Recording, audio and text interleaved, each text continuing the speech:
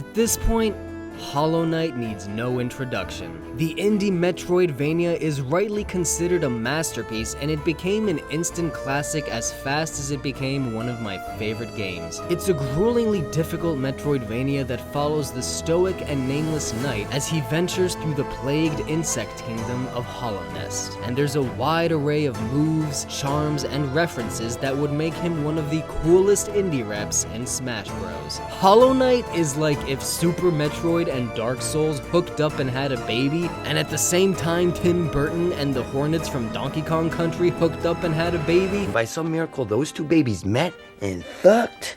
This would be the shit that they birthed.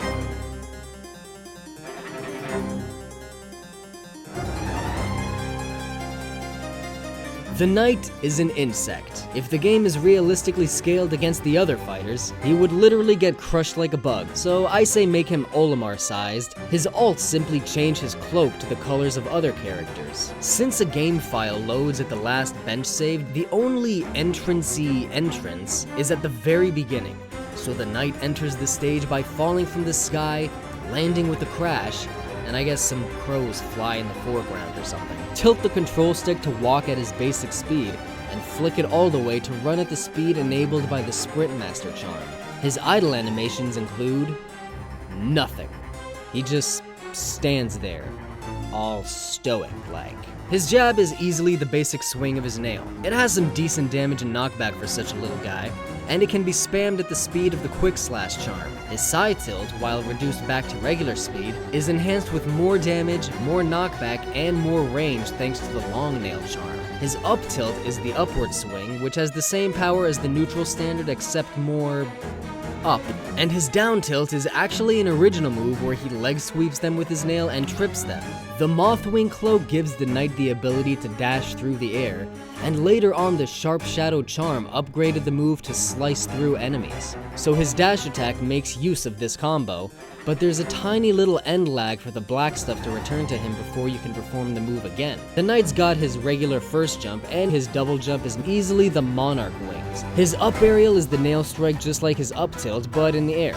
His forward air is the same as his side tilt with the long nail charm, and his back aerial is closer to the neutral standard. His down aerial, however, is the downward swing of his nail, which not only generates knockback for the target, but also for the Knight so he can bounce up like in game. And finally, his neutral aerial is actually a charm-based move, Thorns of Agony. He grabs opponents, and then for his pummel, he whacks them with the hilt of his nail, and then he just throws them in whatever direction. His shield is the standard pink bubble thingy, and his roll is a dash with the Mothwing Cloak, but without Sharp Shadow so it doesn't inflict any damage. His side smash is the Great Slash, his down smash is the Dash Slash, and his up smash is the Cyclone Slash. His neutral special is Vengeful Spirit, but if it's charged all the way, it comes out as Shade Soul. His up special is Howling Wraiths, but when fully charged, it comes out as Abyss Shriek. His down special is Desolate Dive, but if fully charged, it comes out as Descending Dark. His side special is Crystal Heart. He has to charge all the way for the move to work, but if it does, it can't be penetrated by any fighter contact. Only projectiles, hitting a wall, and canceling out. And finally, his final smash, the Dream Nail. No frills or thrills or cutscenes, just a super powerful attack similar to Link's. For his up taunt, he performs Focus, although it obviously has no effect on his health.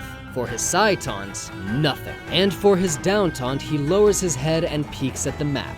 His victory animations include the power-up pose, some cool sword tricks, and sitting on a bench. The Colosseum of Fools makes sense for a stage, but it doesn't really capture the atmosphere of Hollow Knight, though I'm not sure that matters since the music should probably include the more exciting tracks.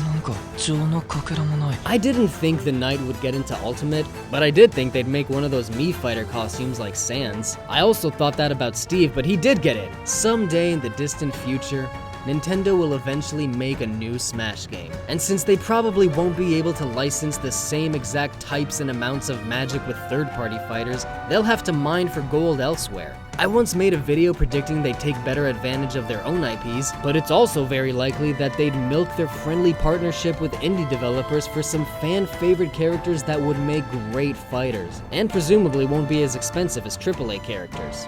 And if that did happen, the Knight would surely top that list.